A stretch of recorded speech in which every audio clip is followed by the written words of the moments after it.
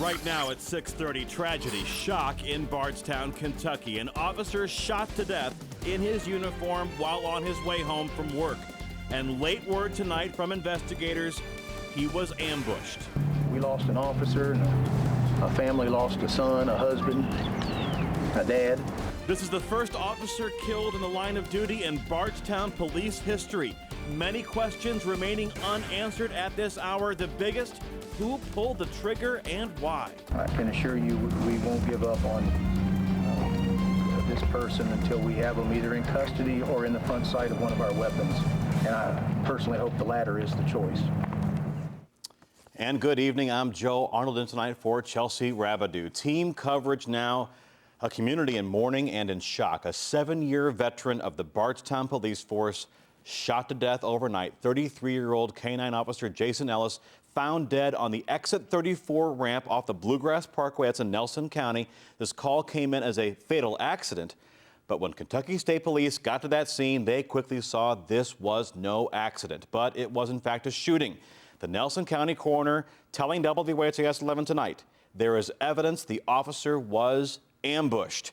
And WHAS 11's Brittany Gonzalez is now live in Bardstown. She's near the scene. Brittany, first of all, Brittany, what do you know about those moments leading up to the officer's death?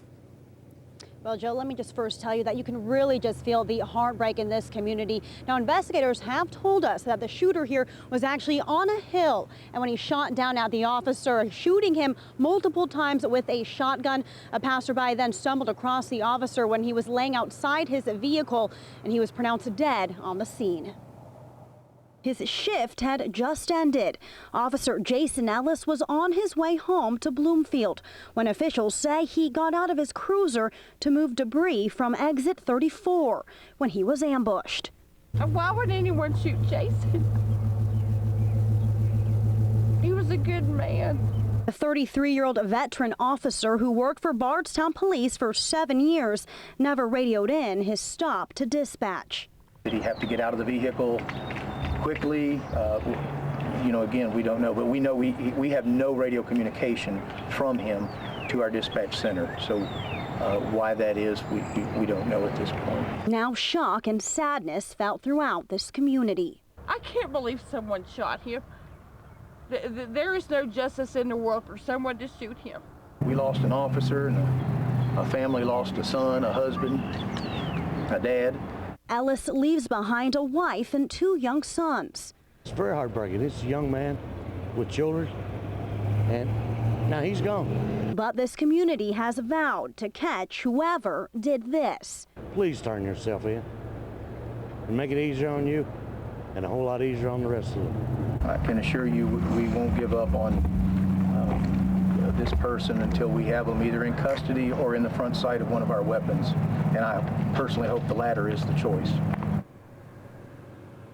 Now, at this point, we aren't sure how many shooters there are, but the coroner has told me that there was only 1 weapon used in this attack. Now, we are also being told that there is no dash cam video for investigators to use, but this is a very active investigation and far from over. Reporting live, Brittany Gonzalez, WHAS 11 News.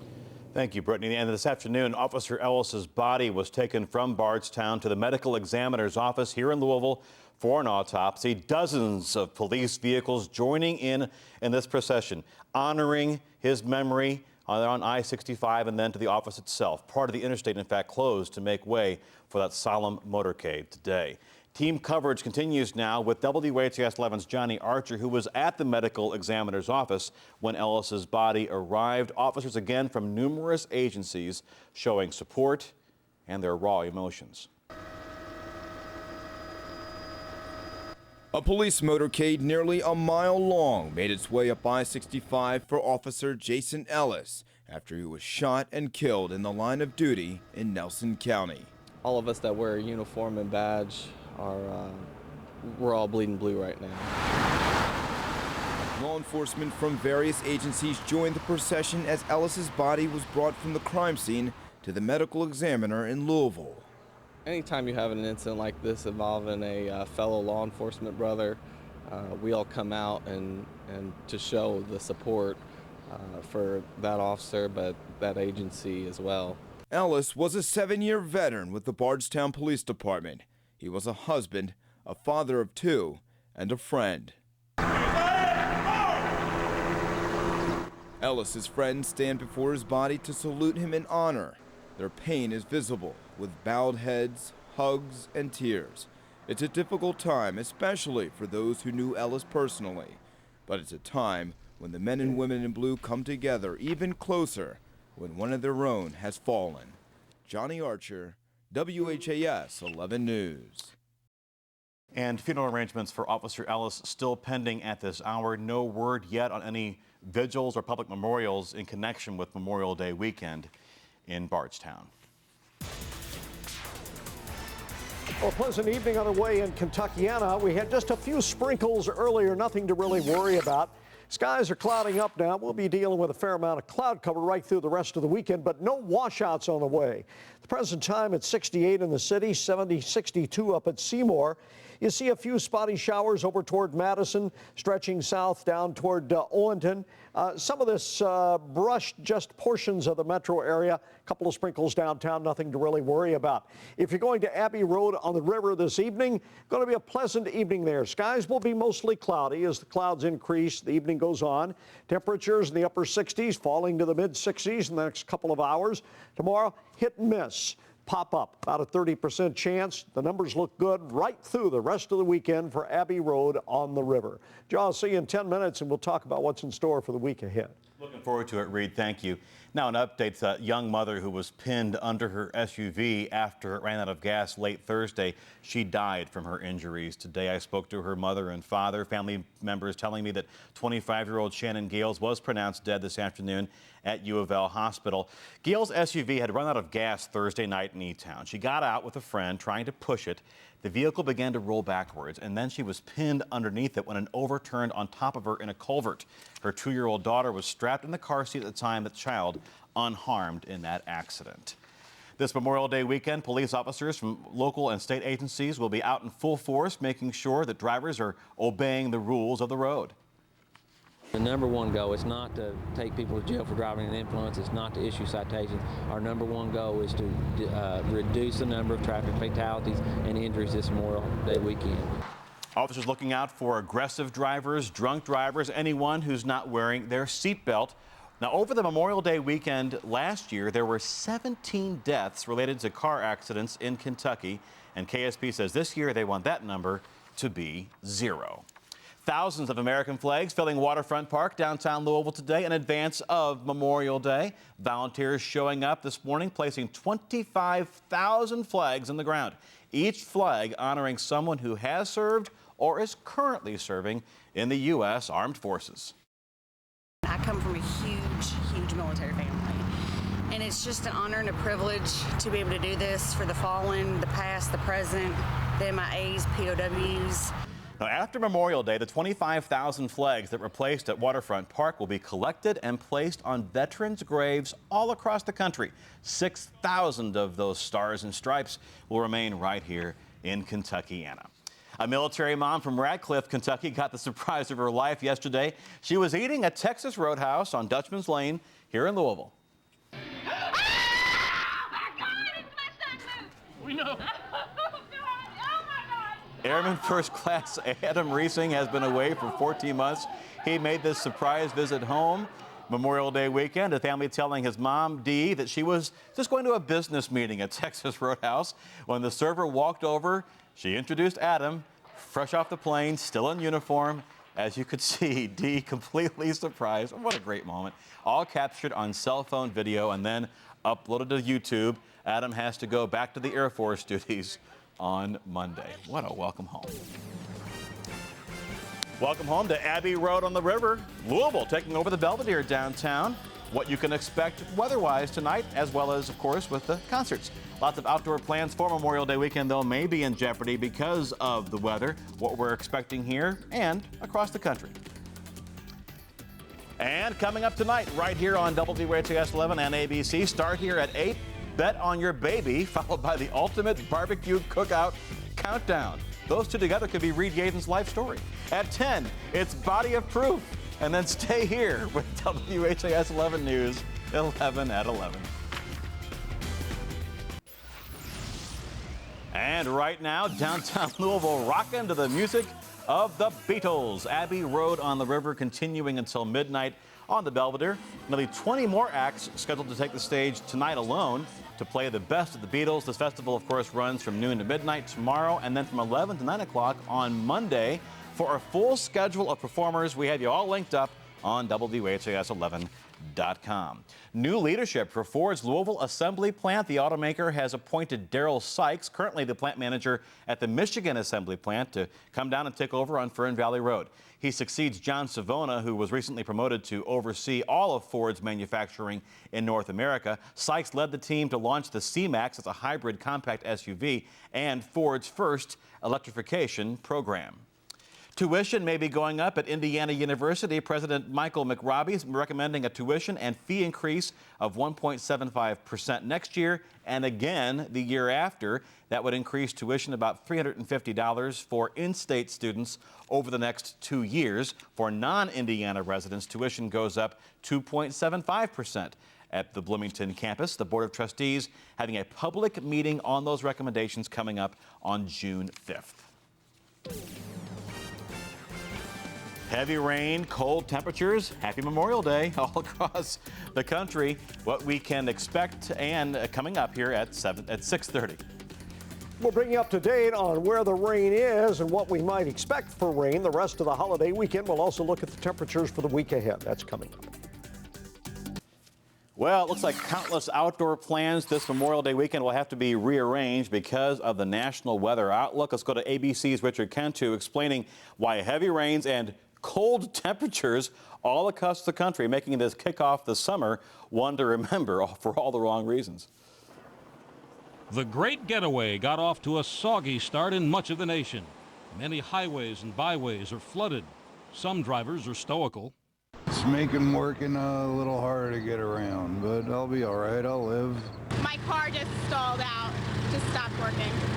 So I had to my friend called 911 and they came in and helped me. San Antonio is coping with scattered street flooding. One woman died after her car was washed off the road. They remain on high alert for worse that may come.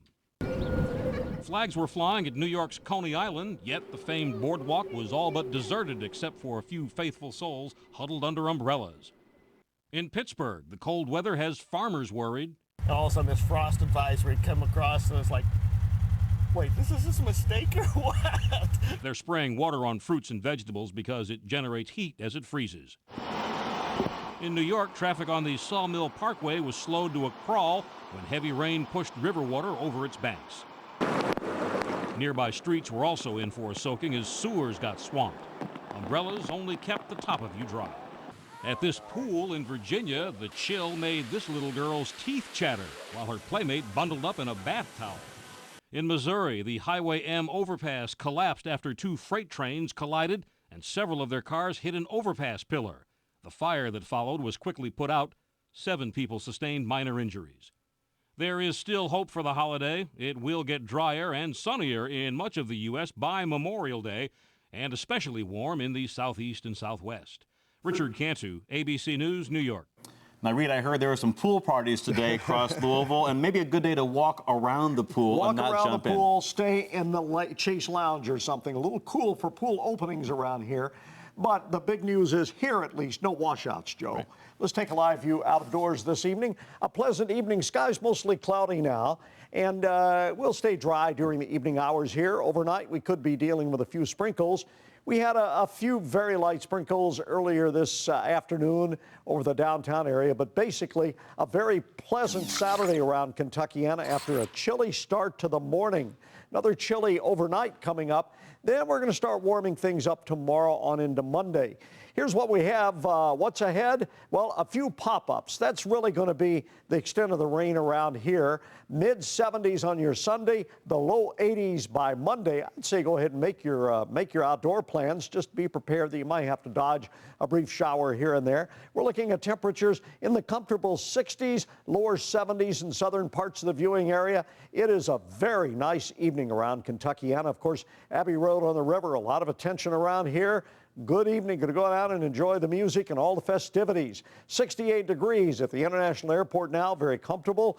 Humidity 40%, light breeze out of the north-northwest at 6, and skies are mostly cloudy.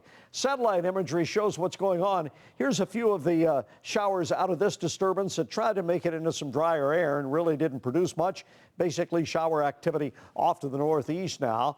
Any shower activity around here should be pop-up variety and very brief. Let's put Futurecast into motion now, starting at midnight during the overnight hours into the early hours tomorrow through noon. Could be a few stray showers across the area. Then during the afternoon tomorrow into the evening hours, a few more stray showers. Then heading into Monday, pretty much the same story, particularly during the heat of the day on into Monday evening. The showers trail off. Now, look at the First Alert Storm Team forecast in detail. During the overnight hours tonight, Joe, we could see a stray shower. 55 degrees the low. More of that free air conditioning with a light breeze out of the east at 6 miles an hour. Look at the First Alert Storm Team holiday forecast, then we'll walk you through the brand new week. On your Sunday, about 76 degrees, a little warmer than today. Then we're into the 80s on Monday. And then look at this, heading into the week ahead, mainly dry, and temperatures by midweek pushing into the upper 80s. And by the end of the week, we're going to be flirting with 90 degrees pretty well, Joe. So the cool pool openings this weekend not going to last very long. That water's going to feel good as we head into the week. One high school team getting after it today on the gridiron. We'll take you to the St. X Tigers spring game. And who's the young man in this picture that has made Mark Stoops so happy? Kent Spencer's answer is next in sports.